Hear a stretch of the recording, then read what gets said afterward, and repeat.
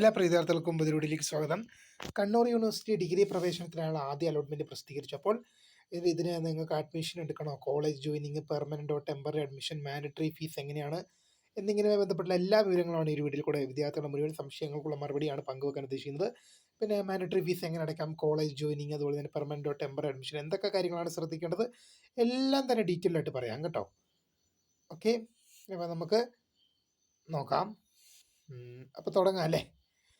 4 വർഷ ബിരുദ FIUGP, 5 വർഷ ഏകീകൃത ബിരുദാനന്തര ബിരുദ FIIMP പ്രോഗ്രാമുകൾ 2026-27 ഒന്നാം അലോട്ട്മെന്റ് നിർദ്ദേശങ്ങൾ. 2027-27 അധ്യയന വർഷത്തെ ബിരുദ FIUGP/FIIMP പ്രവേശനത്തിനായുള്ള ഒന്നാം അലോട്ട്മെന്റ് admission.kannur.university.ac.in എന്ന വെബ്സൈറ്റിൽ പ്രസിദ്ധീകരിച്ചു. ഇവിടെ ഒന്നും പറയാനില്ലല്ലോ. അപേക്ഷകർ ആപ്ലിക്കേഷൻ നമ്പറും പാസ്വേഡ് ഉപയോഗിച്ച് ലോഗിൻ ചെയ്ത് തങ്ങളുടെ അലോട്ട്മെന്റ് പരിശോധിക്കേണ്ടതാണ്. അലോട്ട്മെന്റ് ലഭിച്ച വിദ്യാർത്ഥികൾ ജൂൺ 26 അഡ്മിഷൻ ഫീസ് ഓൺലൈനായി SBI SBE പേ വഴി മാത്രം നിർബന്ധമായും അടയ്ക്കേണ്ടതാണ്. അലോട്ട്മെന്റ് ലഭിച്ച കോളേജിൽ പ്രവേശനത്തിന് ഹാജരാവേണ്ടതില്ല. ഇവിടെ പ്രത്യേകിച്ച് അധികമൊന്നും പറയാനില്ല. അതായത് നിങ്ങളുടെ ആപ്ലിക്കേഷൻ നമ്പറും പാസ്വേഡ് ഉപയോഗിച്ച് റിസൾട്ട് പരിശോധിക്കുക. അലോട്ട്മെന്റ് ലഭിച്ച വിദ്യാർത്ഥികൾ ജൂൺ 26 അഡ്മിഷൻ ഫീസ് ഒടുക്കേണ്ടതാണ്. SBI പേയ്മെൻറ്റ് വഴി മാത്രമാണ് ഒടുക്കാൻ സാധിക്കുക. അലോട്ട്മെന്റ് ലഭിച്ചവർ കോളേജിൽ ഹാജരാവേണ്ടല്ലോ. പെർമനന്റ് അഡ്മിഷനും ടെമ്പററി അഡ്മിഷനുമായി ബന്ധപ്പെട്ട് ഇപ്പോൾ നമുക്ക് സംസാരിക്കേണ്ട വിഷയമില്ലെന്നർത്ഥം. കോളേജിൽ അഡ്മിഷനായിട്ട് ഹാജരാവേണ്ടതില്ല. കണ്ണൂർ യൂണിവേഴ്സിറ്റിയുടെ കീഴിലുള്ള കോളേജുകളിൽ അഫ്സൽ ഉലമ പ്രിലിമിനറി പഠിച്ചവർക്കും കണ്ണൂർ യൂണിവേഴ്സിറ്റി തന്നെ മറ്റ് പ്രോഗ്രാമുകൾ പൂർത്തിയാക്കി വരുന്നവർക്കുമായി ഒഴിവുള്ളവർ പ്രവേശനം അവസാനം മുമ്പായി ശ്രദ്ധിക്കേണ്ടത്. ഇതെന്താണ് ശരിക്കും പറയുന്നത്, നിങ്ങളെ സംബന്ധിച്ചുള്ളതല്ല. നമുക്ക് ഈ ഒരു ഭാഗം നിങ്ങൾ നോക്കണ്ട കേട്ടോ. നിങ്ങളെ സംബന്ധിച്ചുള്ളൊരു ഭാഗമല്ല കേട്ടോ അവിടെ വരുന്നത്. കാരണം ഈ സർക്കുലർ എന്ന് പറയുന്നത് FIUGP FIV ഇൻ്റഗ്രേറ്റഡിനെ കുറിച്ചും പറയുന്നുണ്ട്. അതുകൊണ്ട് നമുക്ക് ആവശ്യമുള്ളത് മാത്രം നമുക്ക് ഇപ്പോൾ നോക്കാം. SBI പേ വഴി അല്ലാതെ മറ്റ് രീതികളിൽ ഫീസ് അടച്ചാൽ ഒരു കാരണം വെച്ചാലും പരിഗണിക്കില്ല. നിങ്ങൾ മാൻഡറ്ററി ഫീ അടയ്ക്കുമ്പോൾ SBI പേ വഴി അടയ്ക്കണം, അല്ലെങ്കിൽ നിങ്ങളുടെ പേയ്മെൻറ്റ് സ്വീകരിക്കുന്നതല്ല. അഡ്മിഷൻ ഫീസ് അടയ്ക്കാത്തവർക്ക് ലഭിച്ച അലോട്ട്മെൻറ്റ് നഷ്ടമാകുകയും തുടർന്നുള്ള അലോട്ട്മെൻറ്റ് പ്രക്രിയയിൽ നിന്ന് പുറത്താവുകയും ചെയ്യും. നിങ്ങൾക്ക് അലോട്ട്മെൻറ്റ് ലഭിച്ചിട്ടുണ്ടെങ്കിൽ നിർബന്ധമായും നിങ്ങൾ മാൻഡറ്ററി ഫീസ് അടയ്ക്കണം. അലോട്ട്മെൻറ്റ് ലഭിച്ചവർ നിർബന്ധമായും മാൻഡറ്ററി ഫീസ് അടയ്ക്കണം. ഓക്കെ, അലോട്ട്മെൻറ്റ് ലഭിച്ചവർ നിർബന്ധമായും മാൻഡറ്ററി ഫീസ് അടയ്ക്കണം. ജനറൽ വിഭാഗത്തിന് 1035 രൂപ, SC ST വിഭാഗങ്ങൾക്ക് 960 രൂപ. ഓക്കെ, SC ST വിഭാഗങ്ങൾക്ക് 960 രൂപയാണ് അടയ്ക്കേണ്ടത്. ഓക്കെ, ജനറൽ വിഭാഗത്തിന് 1035 രൂപ, SC ST വിഭാഗങ്ങൾക്ക് 965 രൂപ.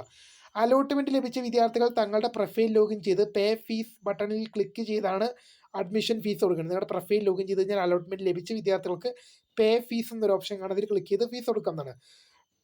ബാധകമായവർക്ക് ഫീസ് റെഗുലേഷൻ ഫീ അടയ്ക്കുന്നതിനുള്ള ലിങ്കും പ്രൊഫൈലിൽ കാണുന്ന വിദ്യാർത്ഥികൾ അഡ്മിഷൻ ഫീസ് വിവരങ്ങൾ പ്രൊഫൈലിൽ വന്നിട്ടുണ്ട്. അത് നിങ്ങൾ ഇവിടെ പറഞ്ഞ ഇത്ര മാത്രമല്ല, നിങ്ങൾ ഫീസ് അടച്ച ശേഷം എന്ത് ചെയ്യണം, അതിൻ്റെ ഡീറ്റെയിൽസ് നിങ്ങളുടെ പ്രൊഫൈലിൽ വന്നിട്ടുണ്ടെന്ന് ഉറപ്പുവരുത്തണം. നിങ്ങൾ വെറുതെ ഫീസ് അടച്ചിട്ട് ഇറങ്ങി പോകുന്നതുകൊണ്ട് കാര്യമില്ല.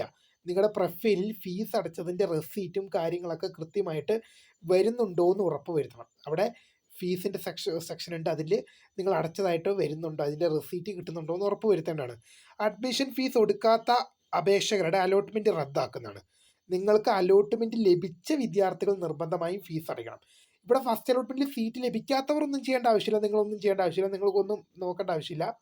ഓക്കെ, അലോട്ട്മെൻറ്റ് ലഭിച്ചവർ എന്ത് ചെയ്യണം, ഫീസ് അടയ്ക്കണം. ഇങ്ങനെയുള്ള വിദ്യാർത്ഥികളെ യാതൊരു കാരണം വെച്ചാലും അടുത്ത അലോട്ട്മെൻറ്റിൽ പരിഗണിക്കുന്നതല്ല.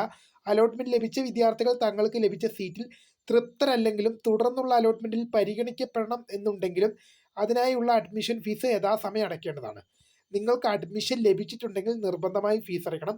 ലഭിച്ച ഓപ്ഷൻ തൃപ്തരല്ലെങ്കിൽ, നിങ്ങൾക്ക് ഇഷ്ടമുള്ളതാണെങ്കിൽ ഇഷ്ടമുള്ളതല്ലെങ്കിലും തുടർന്നുള്ള അലോട്ട്മെൻറ്റുകളിൽ പരിഗണിക്കുന്നതിന് വേണ്ടി നിങ്ങൾ ആ ഫീസ് കൊടുക്കേണ്ടതുണ്ട്. അലോട്ട്മെൻറ്റ് ലഭിച്ച ശേഷം അപേക്ഷകർ തങ്ങൾക്ക് ലഭിച്ച സീറ്റിൽ തൃപ്തരാണെങ്കിൽ അഡ്മിഷൻ ഫീസ് ഒടുക്കിയ ശേഷം അവരുടെ ഹയർ ഓപ്ഷനുകൾ ജൂൺ 26 നീക്കം ചെയ്യേണ്ടതാണ്.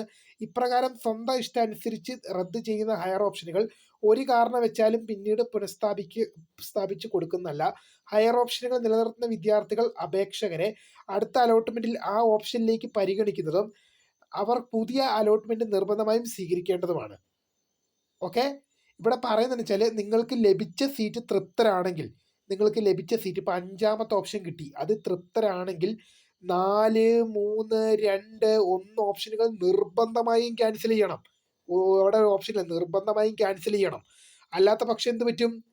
ഹയർ ഓപ്ഷനുകൾ നിലനിർത്തുന്ന പക്ഷം ഹയർ ഓപ്ഷനുകൾ ക്യാൻസൽ ചെയ്യേണ്ടതാണ്. ഈ ഹയർ ഓപ്ഷനുകൾ ക്യാൻസൽ ചെയ്യുമ്പോൾ ഒരു കാര്യം ശ്രദ്ധിക്കണം. ഇപ്രകാരം സ്വന്തം ഇഷ്ടമനുസരിച്ച് റദ്ദ് ചെയ്യുന്ന ഹയർ ഓപ്ഷനുകൾ ഒരു കാരണവശാലും പുനഃസ്ഥാപിച്ചു കൊടുക്കുന്നതാണ്. നിങ്ങൾ 4, 3, 2, 1 ഓപ്ഷനുകൾ ക്യാൻസൽ ചെയ്ത് കഴിഞ്ഞാൽ ഒരു കാരണവശാലും ആ ഓപ്ഷനുകൾ പുനഃസ്ഥാപിക്കാൻ പറ്റില്ല. ഓക്കെ, ഒരു കാരണവശാലും പുനഃസ്ഥാപിച്ചു കൊടുക്കില്ല. ഹയർ ഓപ്ഷനുകൾ നിലനിർത്തുന്ന അപേക്ഷകരെ അടുത്ത അലോട്ട്മെന്റിൽ ആ ഓപ്ഷനിലേക്ക് പരിഗണിക്കുന്നതും അവർ പുതിയ അലോട്ട്മെന്റ് നിർബന്ധമായും സ്വീകരിക്കേണ്ടതുമാണ്. അതായത് നിങ്ങൾക്ക് 5ാമത്തെ ഓപ്ഷൻ കിട്ടി, ഇഷ്ടമുള്ള കോളേജായിരുന്നു, ഇഷ്ടമുള്ള കോഴ്സായിരുന്നു. ഇപ്പം 2ാം അലോട്ട്മെന്റ് വന്നപ്പോൾ 4, 3, 2, 1 ഓപ്ഷനുകൾ കിട്ടി. അങ്ങോട്ട് കിട്ടിയാൽ അങ്ങോട്ട് മാറേണ്ടി വരും. 5ാമത്തെ ഓപ്ഷൻ അലോട്ട്മെന്റ് കിട്ടിയായിരുന്നു ഫസ്റ്റ് അലോട്ട്മെന്റിൽ, അത് ഇഷ്ടമായിരുന്നു, ഇഷ്ടമുള്ള കോളേജായിരുന്നു, ഇഷ്ടമുള്ള കോഴ്സായിരുന്നു. 2ാം അലോട്ട്മെന്റിൽ ഹയർ ഓപ്ഷൻ ക്യാൻസൽ ചെയ്യാൻ മറന്നുപോയി. 4, 3, 2, 1 ഓപ്ഷനുകൾ കിട്ടി.